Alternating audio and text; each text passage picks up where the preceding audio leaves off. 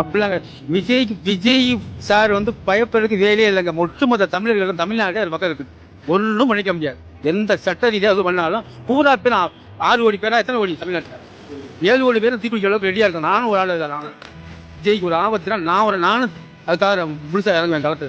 நான் ஒரு சாது சன்னியாசி தான். நான் ஒரு சிவனடியார். நானே விஜய்க்கு ஒரு ஆபத்துனா நானே இறங்குவேன். என்ன வேணாலும் செய்வேன். அதாவது நல்லதுக்காக எடுத்து செய்ய மாட்டேன்.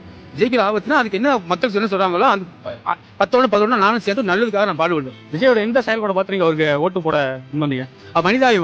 மனிதாபிமானம், நல்ல சிந்தனை. அதாவது மக்களுக்கு நான் வந்து பணம் சம்பாதிக்க எனக்கு பணத்தை பார்த்துட்டு இந்த மக்களுக்கு நல்லது செய்யணும் அப்படிங்கிறது. ரெண்டாவது வந்து அவர்கள் உண்மை இயற்கையாகவே அவருக்கு உள்ள பொறுப்புணர்ச்சிகள் அது கண்ணை பார்த்தாலே தெரியுங்க. நாங்கள் சிவனடியார். அவர் பேச்சு ஒரு மனுஷனை நான் பேசுகிற பேச்சு என்னுடைய நடைமுறை ஏறக்குறைய நீங்கள் கணிச்சிருப்பீங்கல்ல. அதே மாதிரி அவருடைய இது வந்து மக்கள் லவ் பண்ணிட்டாங்க மொத்தத்தில். அது உண்மையான காதல். அவர் மறைமுகமாக ஏமாத்துறதுக்காக அரசியலுக்கு வரல.